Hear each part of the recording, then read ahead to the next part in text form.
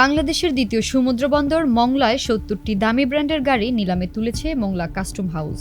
মোংলা বন্দরের শেডে থাকা এসব গাড়ি আমদানিকারকরা ছাড় না দেওয়ায় ২০ জানুয়ারি সোমবার মোংলা কাস্টম হাউসে এই গাড়ি নিলামে ওঠায়।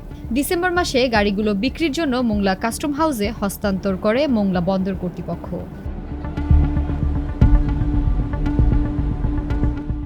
মোংলা বন্দর কর্তৃপক্ষের ট্রাফিক বিভাগ সূত্রে জানা যায়, ২০০৯ সালের ৩ জুন জাপান থেকে মোংলা বন্দরে গাড়ি আমদানি শুরু হয়। মোংলা বন্দরে আমদানির পর ইয়ার্ড এবং বিভিন্ন শেডে রাখা নির্ধারিত সময়সীমার বেশি অতিবাহিত হলে বন্দর কর্তৃপক্ষ এসব গাড়ি নিলামে বিক্রির জন্য মোংলা কাস্টম হাউসে হস্তান্তর করে। এরই ধারাবাহিকতায় প্রায় ৬ মাস বন্দরে পড়ে থাকা ৩০০টি গাড়ি গত ডিসেম্বরে মোংলা কাস্টম হাউসের কাছে হস্তান্তর করা হয়।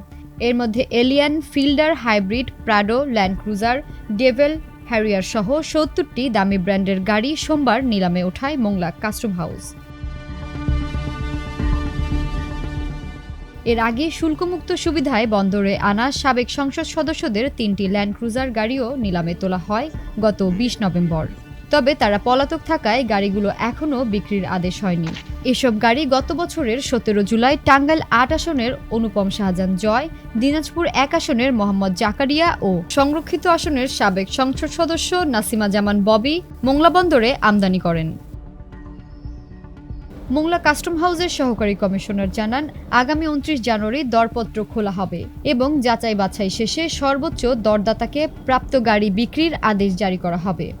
গত ৮-২৪ নিলাম সেলে সর্বশেষ ৭০টি গাড়ি মোংলা কাস্টম হাউস কর্তৃপক্ষ নিলামে উঠিয়েছিল। নিলাম প্রক্রিয়া সম্পন্ন হয় কাস্টমস আইন ২০২৩-এর ধারা ৯৪ এবং জাতীয় রাজস্ব বোর্ডের SRO ৪১/২০২২ অনুযায়ী।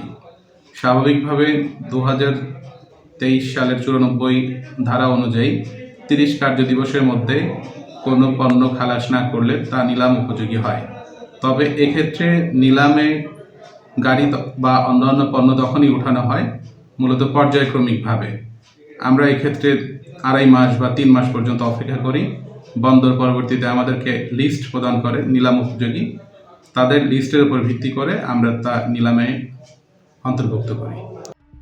মোংলা বন্দর কর্তৃপক্ষের উপপরিচালক জানান, আমদানিকারকেরা সময়মতো গাড়িসহ অন্যান্য পণ্য ছাড় না করার কারণে তা নিলামযোগ্য হয়।